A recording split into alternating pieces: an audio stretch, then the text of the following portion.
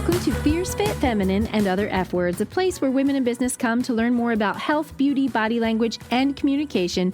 I'm Christine Brunelli, chiropractor and former beauty salon owner turned certified image consultant, helping you glow from the inside out so that you shine both online and in the real world. And today we are talking about getting you online. We're going to talk about camera confidence, showing up online, why it's important, and how it can build your business, your product, your offer, your services. Are you ready? Let's dive in. You may or may not know this, but I am a camera confidence coach. I do help women lose weight and improve their health and all of that. And I do help them learn how to apply makeup for on camera. It also works for off camera, but really getting them camera ready. And I do help them dress for the body type and the skin tone. They match the colors to their skin tone, all of those things. But none of that helps if she won't show up on camera. Getting your face on camera is key if you're a personal brand or a face behind a brand. And that's what we're going to talk about today. And today is kind of piggybacking on the most previous episode where I talked about what does your headshot say about you or your profile picture say about you. So if you didn't hear that, after this, go back and listen to it. It's quick, under 20 minutes, but we're not going to talk about your headshot today. We're going to talk about you showing up on camera, whether it's in still photos or video, and showing up online in different areas online. We'll get to that too, and how and why that can expand your business.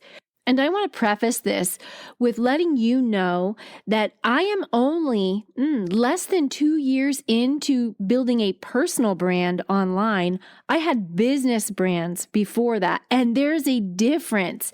I personally love being a business brand online, and being a personal brand online, I am still learning. I am doing it, and it's something that I am really enjoying because I see the benefits of it.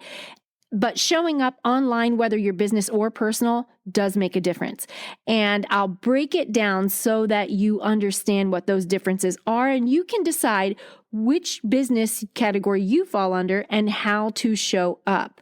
But basically, if you are a business owner or a woman in leadership that represents a company, your face behind your product or your service should be showing up in the online space.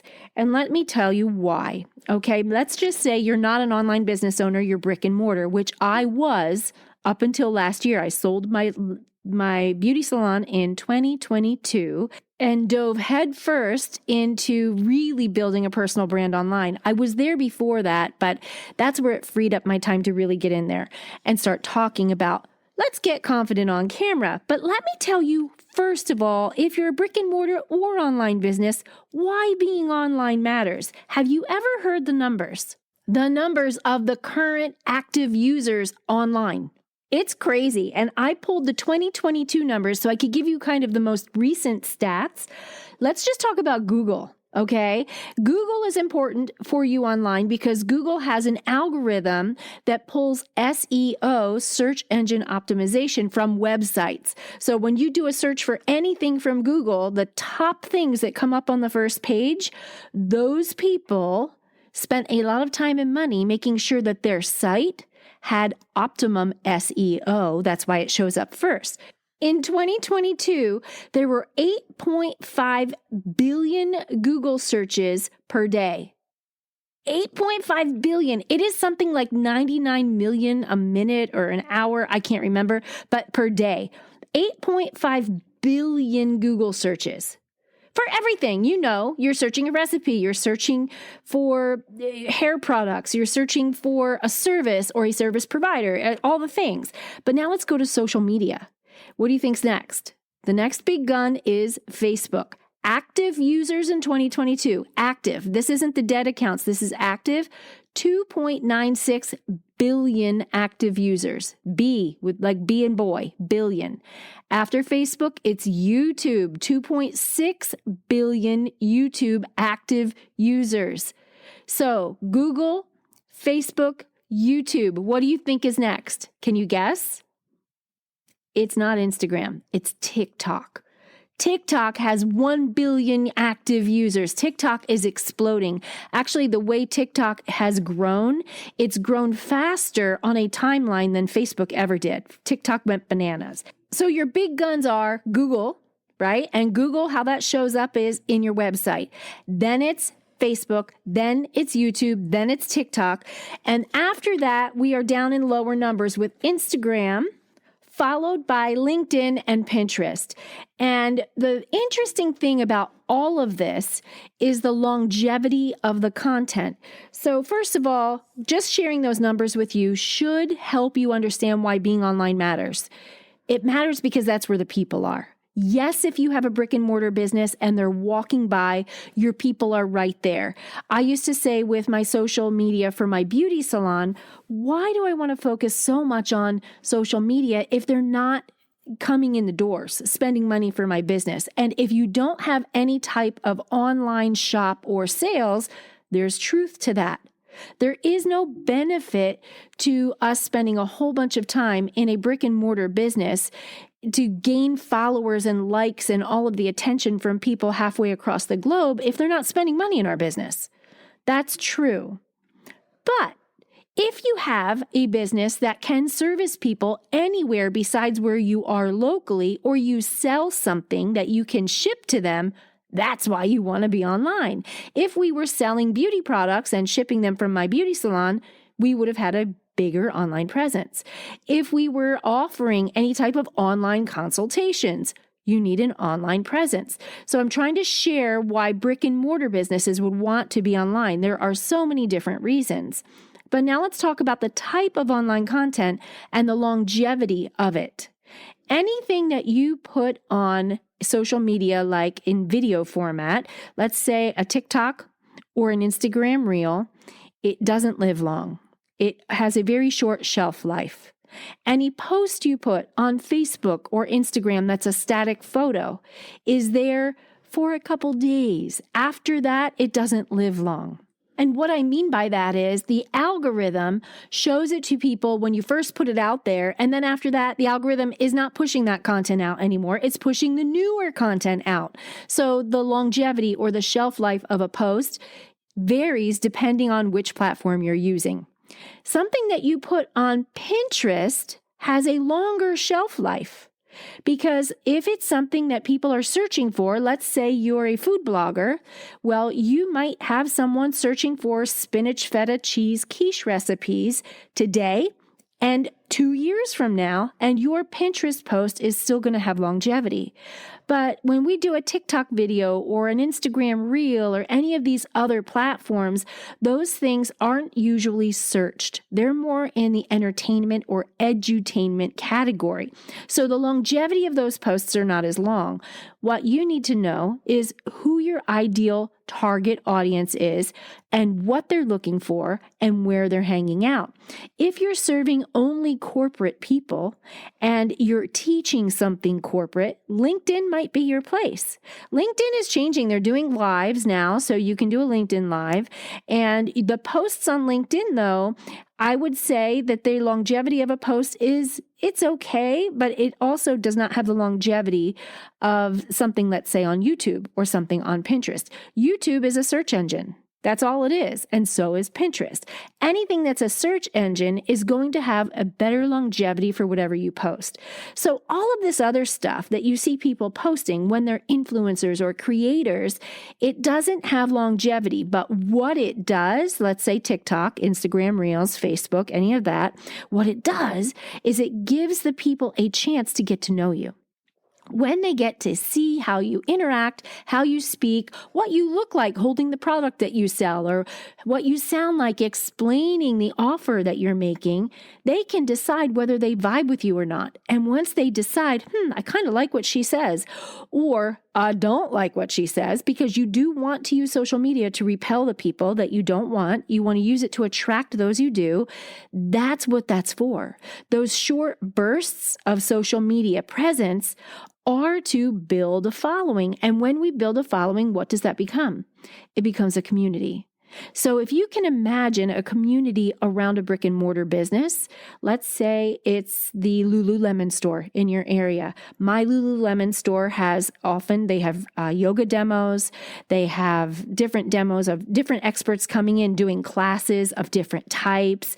And people that go to those are almost always the same people. It's the people in the community, frequent shoppers of Lululemon, and the people that are in Lululemon get to know the community of the people that come in and take these classes.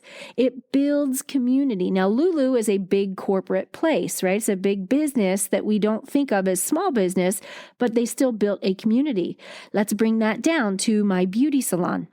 I did we did a class on Friday nights called Makeup and Margaritas. And during Makeup and Margaritas, it was a live class in person where we made blended margaritas, alcoholic and non-alcoholic for both people.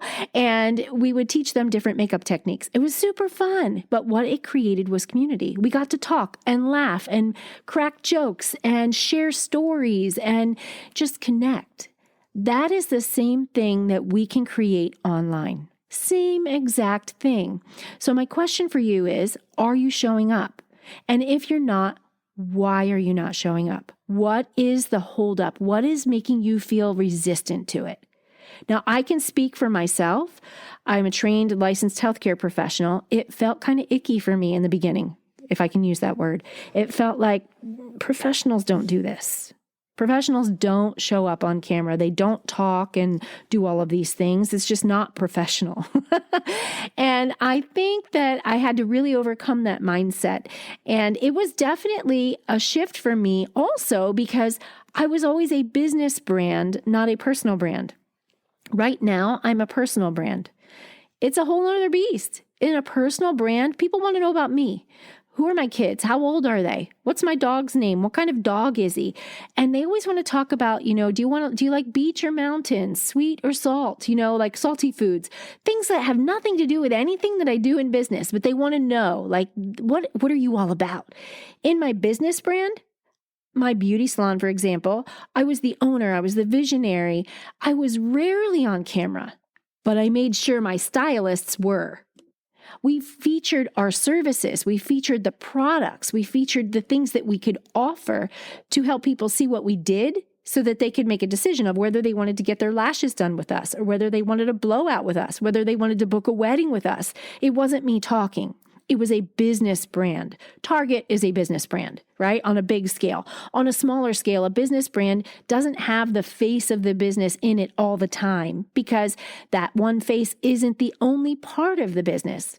Well, now I am the only part of my business. I'm a personal brand. Little side note, I plan on building this into a business brand, just so you know. But right now, it's not.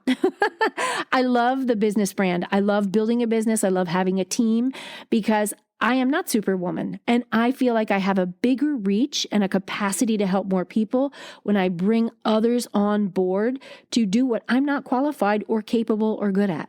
So eventually, my work online will shift to a full-on business brand, but I'll still show up because I will be part of it. I will still show up on camera. I'll still speak, but I won't be the only one.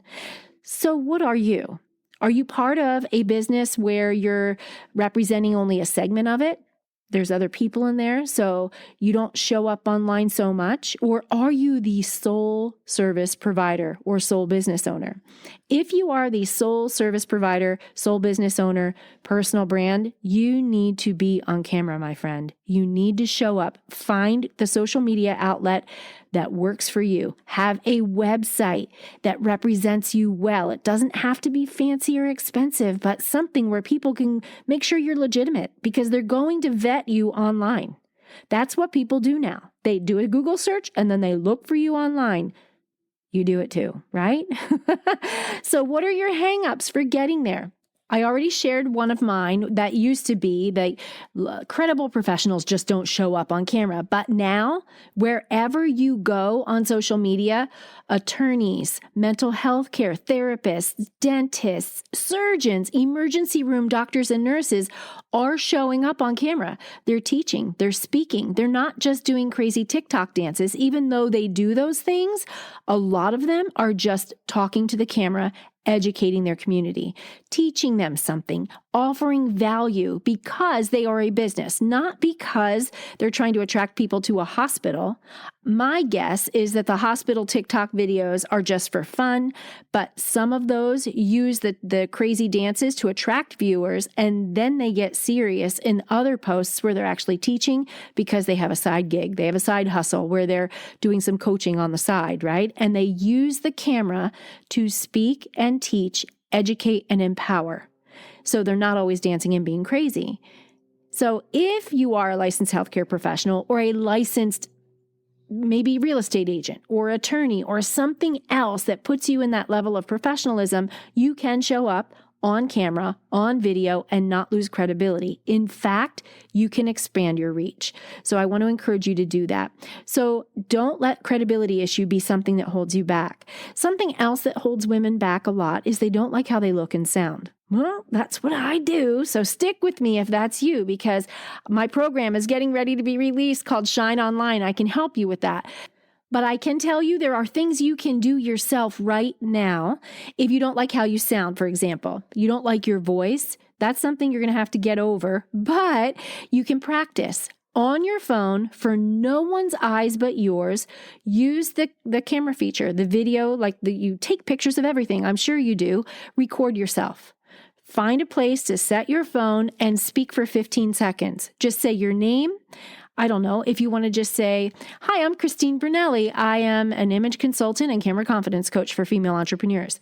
That would be like an elevator pitch, right? Do something like that for yourself and practice looking in the camera and saying it over and over and over again, and get to the point where you actually get one that you like. The more you practice, the better you get, the more you'll hear how you enunciate and pronounce certain words, and the tempo and the rhythm of your voice, you'll change it to get to a point where you don't hate it so much. You'll get used to it. So that's how you overcome the sound thing. And we won't go into taking live questions and how you overcome being afraid of doing a live. That's a whole other episode that I have in store for you.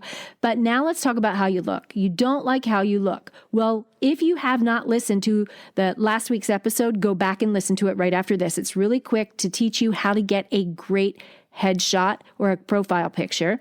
But what about video? Well, this is what I want you to do. I want you to first find someone online that does videos in a style that you think, "I would like to be her or him or whatever. I like her style." Study what she does.